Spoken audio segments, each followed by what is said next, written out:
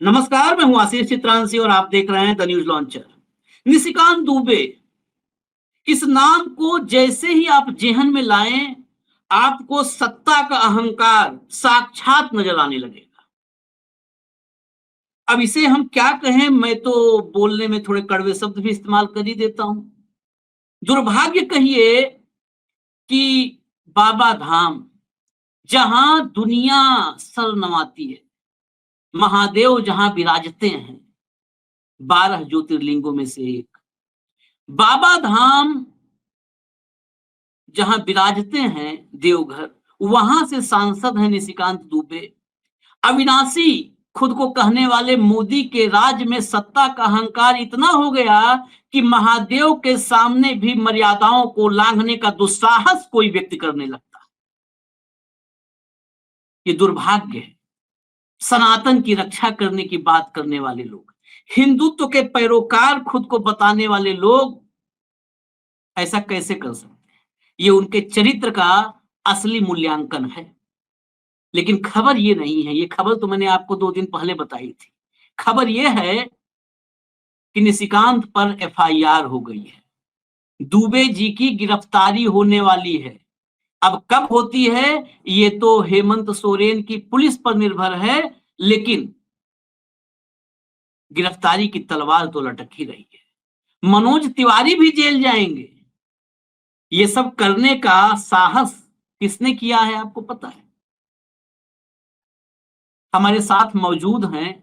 मैं नाम बिना लिए हुए उनको पहले स्क्रीन पर लाता हूं। लाइए कंट्रोल रूम। प्रणाम, कार्तिक नाथ ठाकुर जी हमारे साथ हैं। आपको प्रणाम। धर्म धर्म रक्षणी महासभा के महामंत्री रहे और जिस दिन निशिकांत दुबे ने सारे नियम कानून को धता बता करके बाबा धाम में प्रवेश किया, जबरन गर्भगृह में, जबरन, जबकि मना है, वहां पर वीआईपी दर्शन मना है, गर्भगृह में तो प्रवेश नहीं कर सकते। और अहंकार इतना कि सफाई में कहा क्या कि मैं तो ट्रस्टी हूं। ट्रस्टी नहीं, कोई भी हो, महादेव से बड़े नहीं हो जाओगे। मैं आपको तहरीर दिखा देता हूं, एफआईआर, और फिर मैं कुछ नहीं बोलूंगा।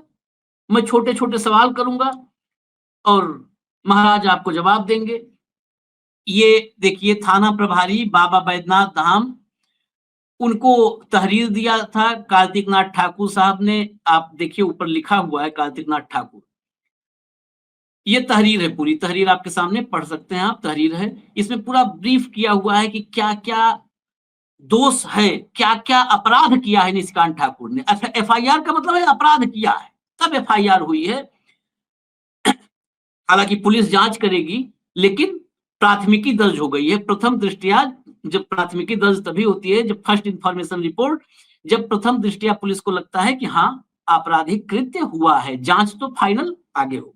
एफआईआर की कॉपी दिखाइए। एफआईआर की कॉपी फटाफट लाइए। एफआईआर की कॉपी स्क्रीन पर। ये एफआईआर की कॉपी है। ये दिखाना बहुत जरूरी है आप लोगों को, ताकि कहीं पर ये कंफ्यूजन ना रहे कि तहरीर तो हमने दिखा दी, एफआईआर दर्ज हुई है या नहीं दर्ज हुई है। धाराएं देखिएगा। मुझे लगता है कि भाजपाई धाराएं शायद इतनी गिन भी ना पाए, लेकिन अब वक्त है कि गिनना शुरू करें। हमेशा वक्त एक सा नहीं रहता है। ये चला दीजिए ऊपर। मैं नीचे इस एफआईआर में लिखी हुई कुछ बातें तो बता ही दूं। एफआईआर में देखिए, धारा 52, 54, 56, 57, 59, 61, 125, 127, 132, 135, 189, 1A, 190, 195, 196, 1B, 221, 292, 298, 299 और 300। नीचे एफआईआर में आप आएंगे तो ये देखिए, जो लिखा है वो बताना जरूरी है।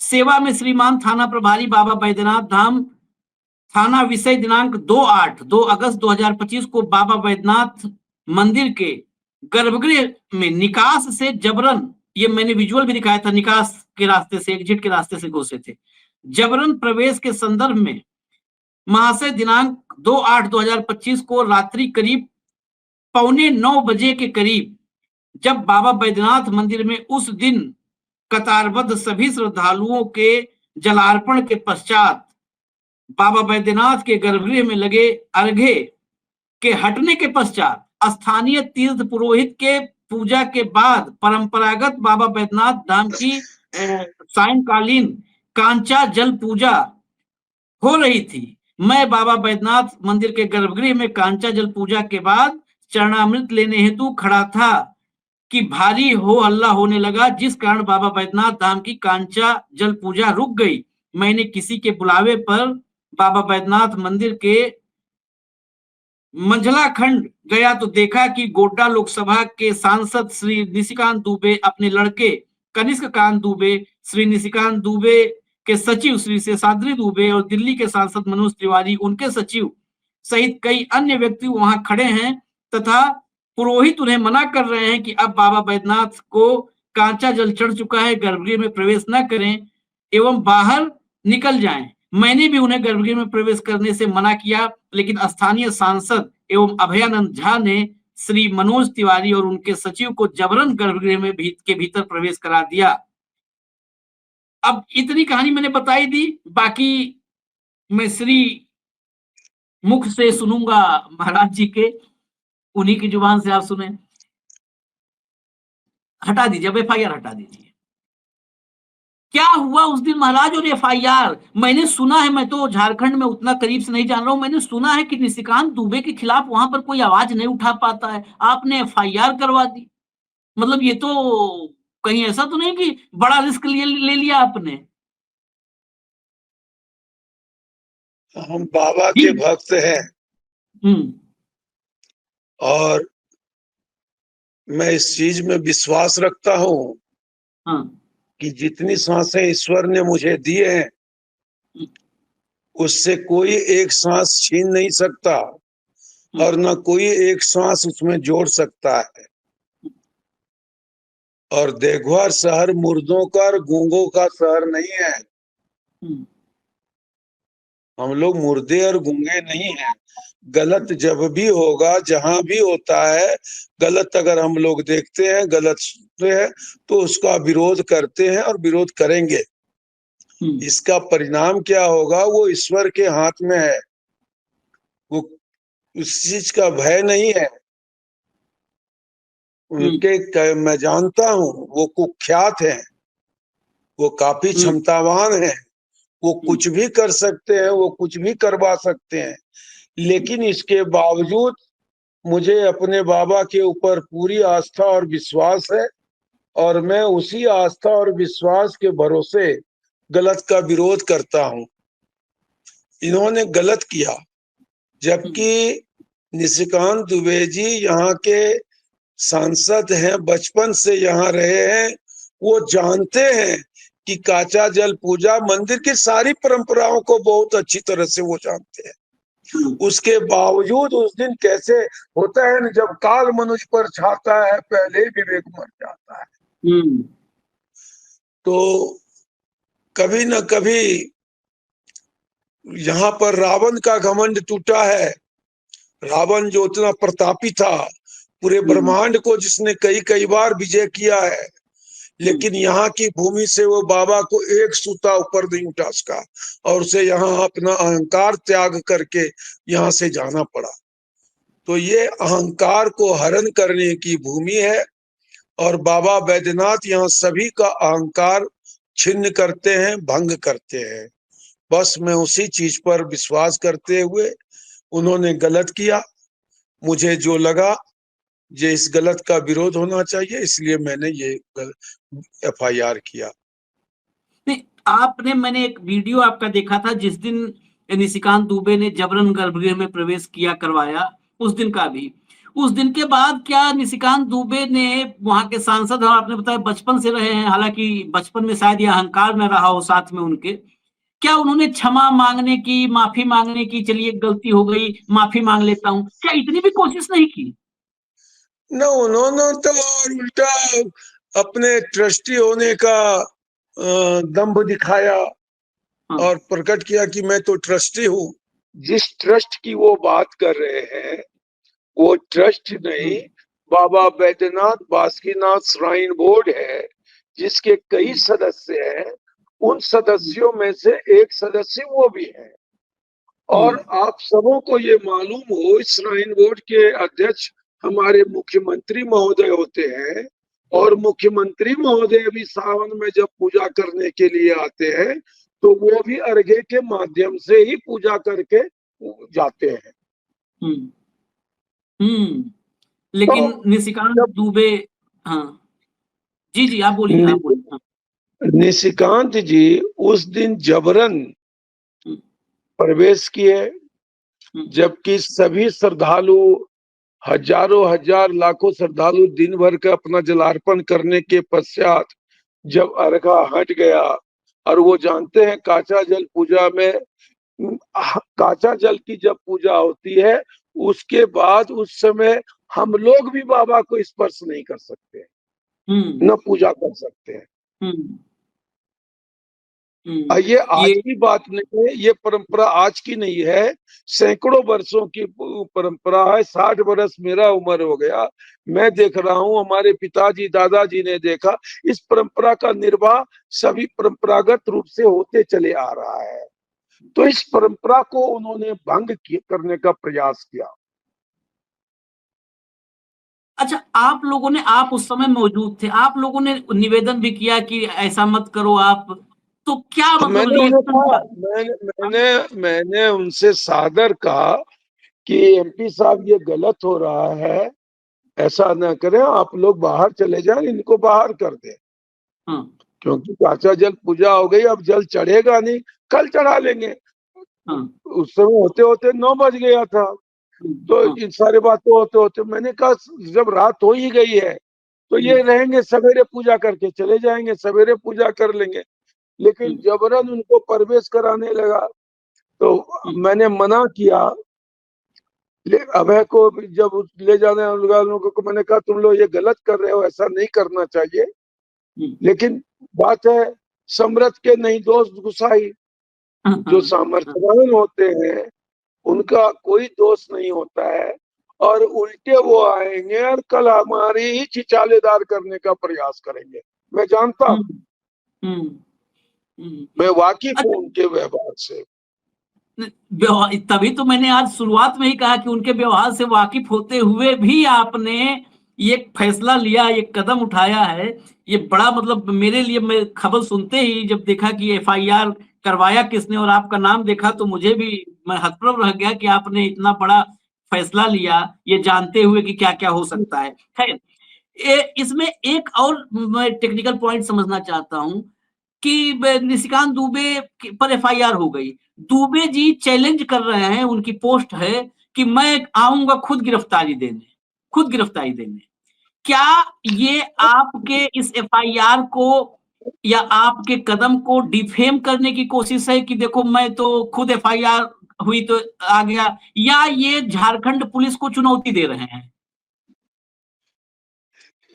ये इनका व्यवहार, इनका स्वभाव है। और अब क्या आगे होगा ये तो शासन प्रशासन के जिम्मे है। मेरे हाथ में तो न गिरफ्तारी है, वो आएंगे अभी तो कुछ नहीं, अगर वो मेरे पास भी आएंगे प्रणाम करेंगे मैं आशीर्वाद दूंगा, घर आएंगे तो चाय पानी नाश्ता करा दूंगा। मैं तो गिरफ्तार कर नहीं सकता, मैं तो कुछ कर नहीं सकता। अब तो यहाँ के अधिकारियों को ये देखना है, और जो भी विधि सम्मत कार्रवाई होनी चाहिए वो करनी चाहिए उन्हें। वो गिरफ्तारी देने आते हैं, अगर गिरफ्तार होने लायक काम किए तो जरूर उनको गिरफ्तार कर लेना चाहिए, उसमें क्या बात है। और बढ़िया बात है, यहाँ का पुलिस दिल्ली जाने से बचेगा, सरकार का खर्चा बचेगा। बिल्कुल, बिल्कुल, मैं बिल्कुल आपकी बात से सहमत हूँ कि अगर ऐसा होता है तो झारखंड पुलिस को देखना चाहिए कि किसमें उनका खर्चा बच रहा है, उनके लिए निश्चित खर्चा बचेगा, भाग दौड़ बचेगी, मेहनत, शारीरिक निश्चित श्रम बचेगा। निश्चित निश्चित, लेकिन ऐसा होगा नहीं।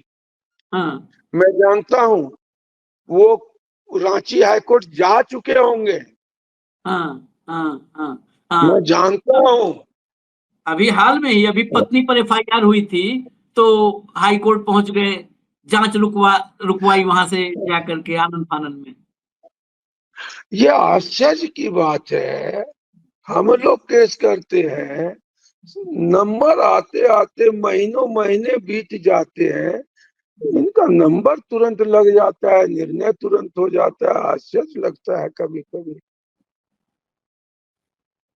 कभी मैं हालांकि एक सवाल मैं अक्सर करता हूं, क्योंकि हमारे सनातन परंपरा में है, लोग मुझे तो कहते हैं कि सनातन द्रोही हो, लेकिन फिर भी मैं निजी तौर पर मैं बाबा का मतलब सच्चा अगर कहा जाए तो दिल से हूं। अब यह है कि मैं मोदी वाला हिंदू नहीं हूं, मैं मोदी वाला निशिकांत वाला हिंदू नहीं हूं।